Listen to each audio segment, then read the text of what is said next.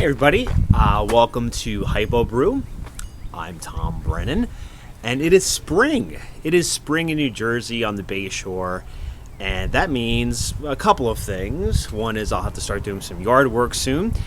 Other one being it'll be a little less cold when I brew outside. And thirdly, I can't ferment inside. It's going to get a little too warm for the proper fermentation chambers to work, otherwise known as my closet. Fermentation chambers, fermentation temperatures. So I'm going to show you real quick about what I did to enable myself to create the right temperature for my yeast the entire year round, not just in the springtime. Because the fermentation temperatures are really pretty important. If you're starting to get into doing a bunch of brews, you're starting to look online, you'll see that fermentation temperature is really pretty important. Okay, as you can tell, my man cave garage needs a little bit of work, but because it's spring, it could use a little bit of cleaning, so we're going to kind of just stay away from that right now. It's just a little bit embarrassing. What I'm going to show you, though, is my fermentation chamber that I had. That's actually fermentation chamber. By that, I mean my old refrigerator. We had to replace this refrigerator with a new one, so I brought this one outside. What was going on with this refrigerator is that the coils were freezing up because the timer wasn't working properly. The timer don't even have to worry about when we're dealing with fermentation chamber temperatures, and I'll explain to you why in just a little bit. But the important thing is you can get a refrigerator, I'm sure, for free on Craigslist or something like that. So there's just a couple of components that you're going to need to make sure that the temperature is going to be somewhere that the yeast likes. Let's say 68 to 72 degrees, something along that lines all year long. So I will show you how we're going to do that. So the most important piece, I guess, maybe not the most important piece, but a vital piece of this whole setup that I've got going on here is, let's change perspective, the thermostat controller. This is a Johnson thermostat controller that I picked up on eBay for about 30 bucks. Completely analog. They sell digital versions, but we're going to go ahead and, it was 30 bucks on eBay. You can't go wrong. Two wires coming out of here. First one being the power, and that power leads right over to here, which is this guy right here. And this is actually the plug for the refrigerator. So what happens is when the temperature gets to a certain level, it will let the power run through to the refrigerator. The second one is this unit here, this wire here that is electric tape. It was used. I don't know how it came originally. That's how I got it, but it works. Okay, that's the important thing. And then the thermostat wire here leads up to, and it's kind of maybe hard to see, but you see where that white wire is? And what I've done is I've actually drilled a hole into the inside of the refrigerator with that white cable, and I'll show you what that is. So let's open up the refrigerator here. And I'll use my propane tank to prop open the door here. Okay, so this is basically what I've got. I've got the hole drilled inside the refrigerator here, and I've actually just used some plumber's tape to seal up both the outside and the inside. So this way none of the cold air comes out, warm air comes in, that type of thing. And I've just kind of hung the probe here for the thermostat controller, just kind of up here to get an ambient temperature.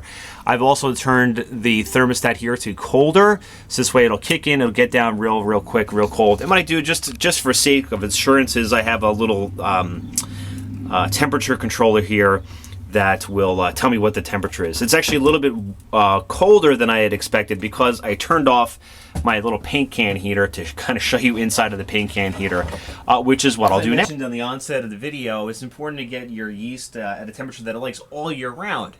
So during the summertime, the last summer I had to use this, and it worked out great because everything was warm outside. In New Jersey, sometimes the temps can get to like 100 degrees, even more.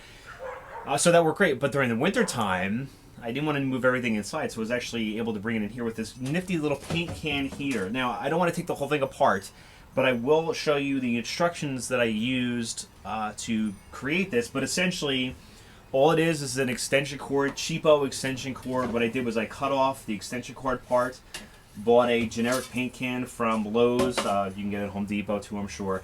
And I made a little light fixture out of it with the light here. And what I did, although I probably shouldn't have done this, to the extent I did, I actually cut a hole in the back here. So what happens is I would suggest making a smaller hole rather than a big one like that. Anyway, that's my one tip for this video.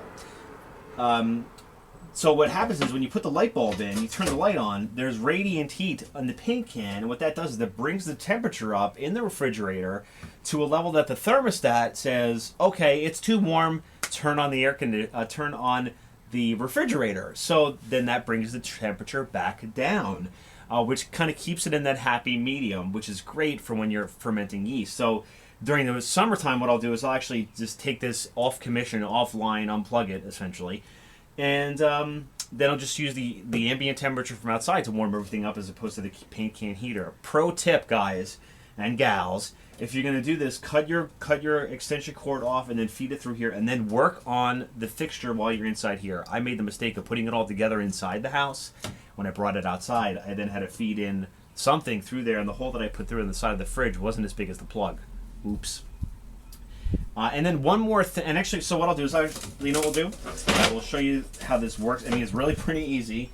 All I'll do is I'll turn this guy on, and you can see that there's the hole here inside the can. Now, the important thing about the can and the hole in the can is you want to make sure you have a little one at least, and a huge one like I have here. So this way you can tell if the light goes out. If the light goes out, the temperature is going to continue to drop in the refrigerator because of the ambient temperature outside. So have a little hole, and then you can see when you check it every day or two. I check it sometimes twice a day. To see if you need to replace the light bulb. And this actually is just and excuse the light here, this is just a 60-watt bulb that I have in here. And again, I'll show you, I'll put in my comment section, the description of the video, the link that I use to work with this. One more tip that's actually really pretty cool. Let me show you. Is that when the refrigerator is a certain temp, you can actually take your freezer, hang on, you can actually take your freezer, and it's nice and cold in here, though just the right temperature to put your beer. So there you go. If you have any questions, feel free to ask in the comment section, and I will post a reply to that. It's really pretty easy, you know, a couple of bucks, maybe $50, and a refrigerator, which you can get for free, and you're good to go. But you'll need a man cave as well. And make sure to clean it in the springtime, guys.